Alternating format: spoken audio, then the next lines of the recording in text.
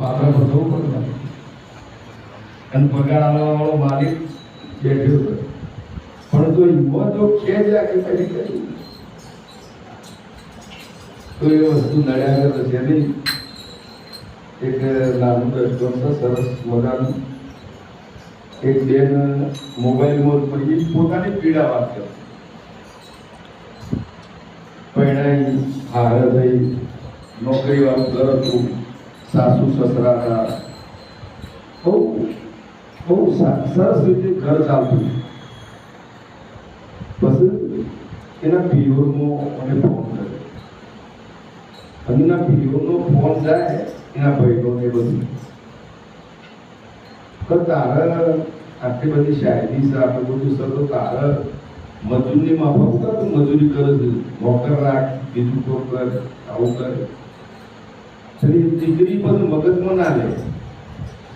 પણ એનો પતિ હતો, જો આપણો પતિ જે પરમાત્મા સીસીટીવીમાં છીએ અને વારે કરીએ તમને ટકોડવાનો પ્રયત્ન કરી રહ્યો છે. એટલે જે રેકોર્ડિંગ હોય ને એનો પતિ અમુક જગ્યાએ પછી જો કાકી પાછી થયું હોય ને જે ટેપિંગ થયું હોય ને એ હોપડી દે. હોપલો એના પહેલી શીખવણ જેવી છે. પછી ધીરે ધીરે કહેવા માંડ્યું કે અમે તું પ્યોરમાં બહુ ફોન વધારું કરે, આવું સોનકા કરે. એનો પતિ હતો એનું સોનકા કરે કે આવું તું કરીએ પેલું પ્યોરમાં ફોન કરી દે અડધો કલાક જમવાનું ટાઈમ થયો, મારા આવવાનો ટાઈમ થયો, તું આવું કરું શું કરતો એને વાળવાનો પ્રયત્ન કરતો.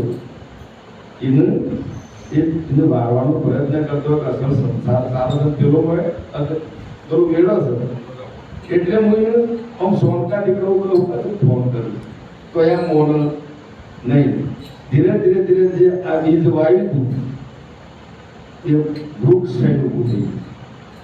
અને પછી એને રૂબરૂ આ હવે હોપડી ના પતિને બલકે તો તારો ભાઈ તને હું શીખવાડ કે ખરી જ વાત છે, હું સંત્યામ છે, ના છે, ના છે.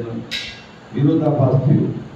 વિરોધાભાસ થયો તે પેલો ભાઈ કે નાવત એને આવતી ને ઘેર જમાડ્યો હોડ્યા તો હું કીધેલું હોપડી દીધે પછી બિચારા ભાગે બધું ઘેર જઈ અને પછી એની આપ દીધી આ કઈ ખરી ને એની આપ દીધી કે એટલે આ જ્ઞાનને લાગુ પડે. આવું પતિ હોય કે વાળવાનો પ્રયત્ન કરે. આપણને સદગુરુ મળ્યા છે, વાળવાનો પ્રયત્ન કરે છે. એટલે આપણે ડગલે ને પગલે વરવાની જરૂર છે અને આપણે આપણી ભૂમિકામાં રહેવાની જરૂર છે. બોલો સદગુરુ